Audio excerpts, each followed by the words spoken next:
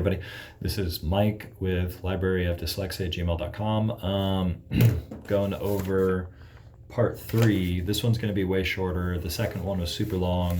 This one's going to be way shorter. It's The Ethics of Belief by W.K. Clifford. Let's go ahead and jump in. Part 3, the limits of inference. The question, in what cases we may believe that which goes beyond our experience, is a very large and delicate one, extending to the whole range of scientific method and requiring a considerable increase in the application of it before it can be answered with anything approaching to completeness. But one rule lying on the threshold of the subject of extreme simplicity and vast practical importance may here be touched upon and shortly laid down. A little reflection will show that every belief, even the simplest and most fundamental, goes beyond experience when regarded as a guide to our actions. A burnt child dreads the fire because it believes that the fire will burn it today just as it did yesterday. But this belief goes beyond experience and assumes that the unknown fire of today is like the known fire of yesterday.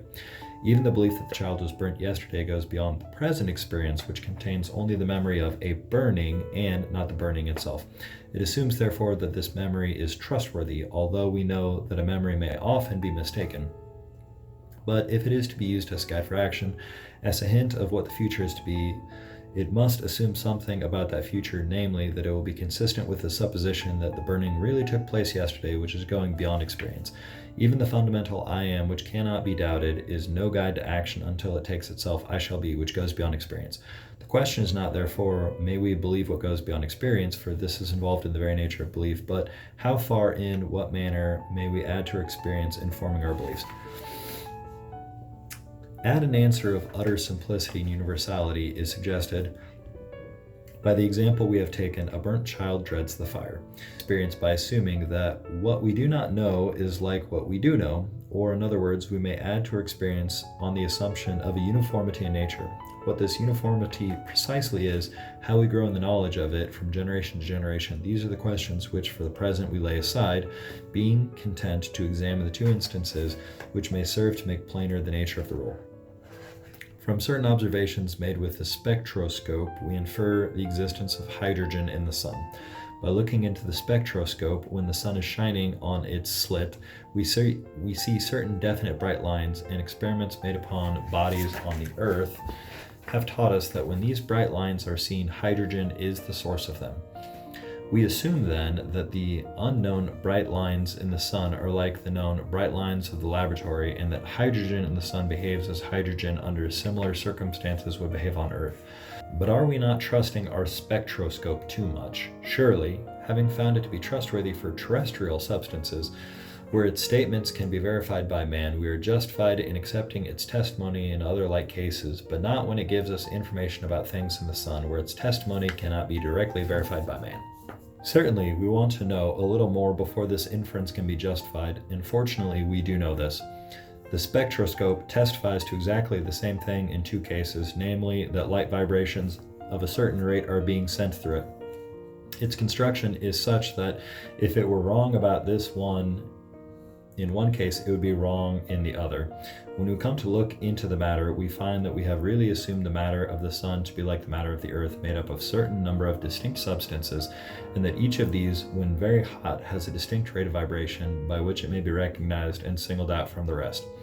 But this is the kind of assumption which we are justified in using when we add to our experience. It is an assumption of uniformity in nature and can only be checked by comparison with many similar assumptions, which we have to make in other such cases. But is this a true belief of the existence of hydrogen in the sun? Can it help in the right guidance of human action? Certainly not, if it is accepted on unworthy grounds and without some understanding of the process by which it is got at. But when this process is taken in as the ground of the belief, it becomes a very serious and practical matter, for if there is no hydrogen in the sun, the spectroscope, that is to say, the measurement of rates of vibration, must be an uncertain guide in recognizing different substances, and consequently it ought not to be used in chemical analysis, in assaying, for example, to the great saving of time, trouble, and money, whereas the acceptance of the spectroscope method as untrustworthy has enriched us not only with new metals, which is a great thing, but with new process of investigation, which is vastly greater.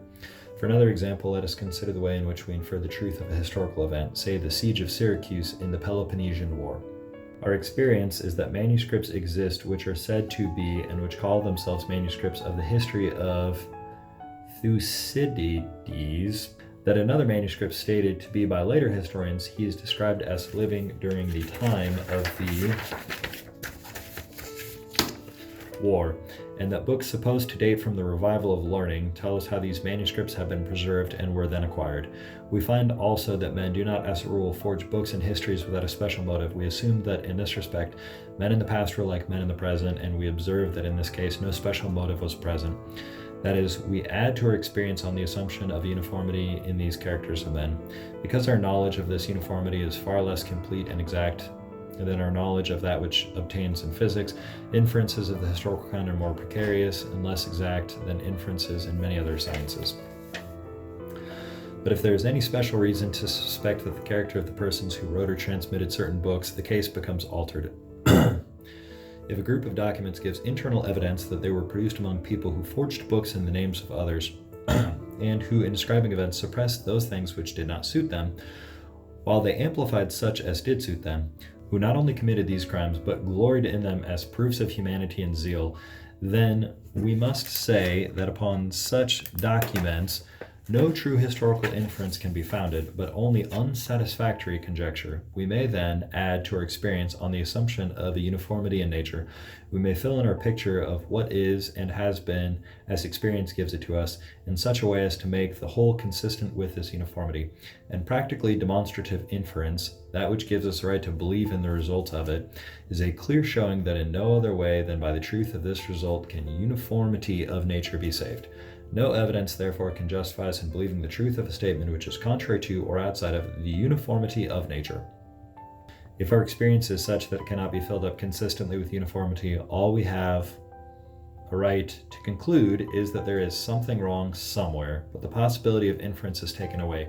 We must rest in our experience and not go beyond it at all. If an event really happened which was not part of the uniformity of nature, it would have had two properties.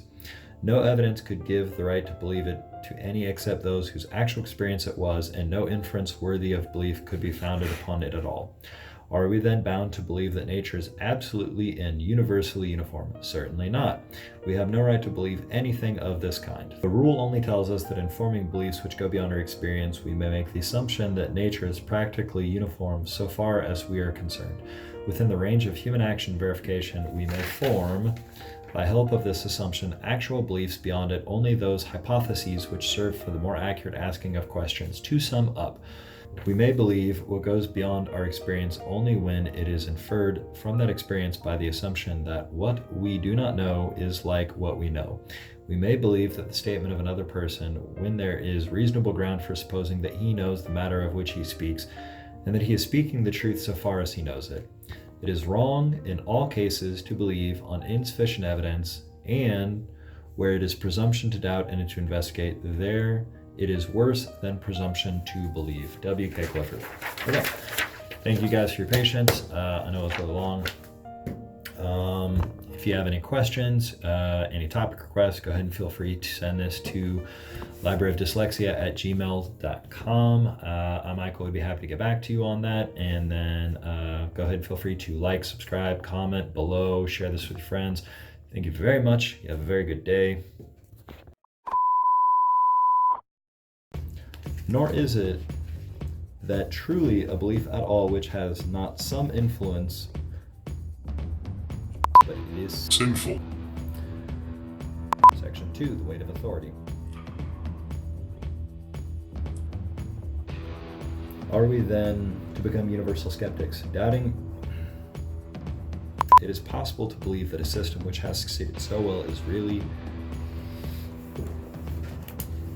It is possible to doubt. Let us first take care to Nope. That man will undoubtedly do right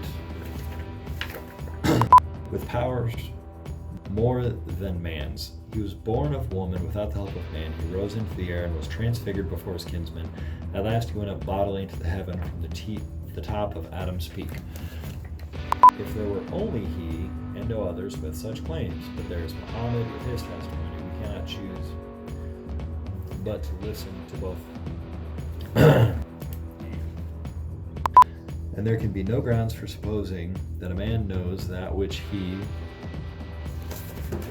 way that the result becomes common property, a right object of belief, which is a social affair in the matter of public business, the sense of public responsibility, and S of those who work, if well done, shall remain as the enduring heritage of mankind. And it is duty and so, but the question involved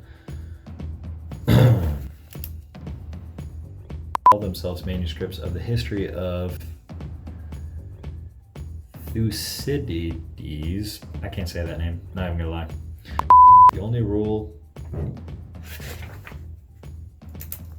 conformity, all we have a right to conclude is that there is something wrong somewhere.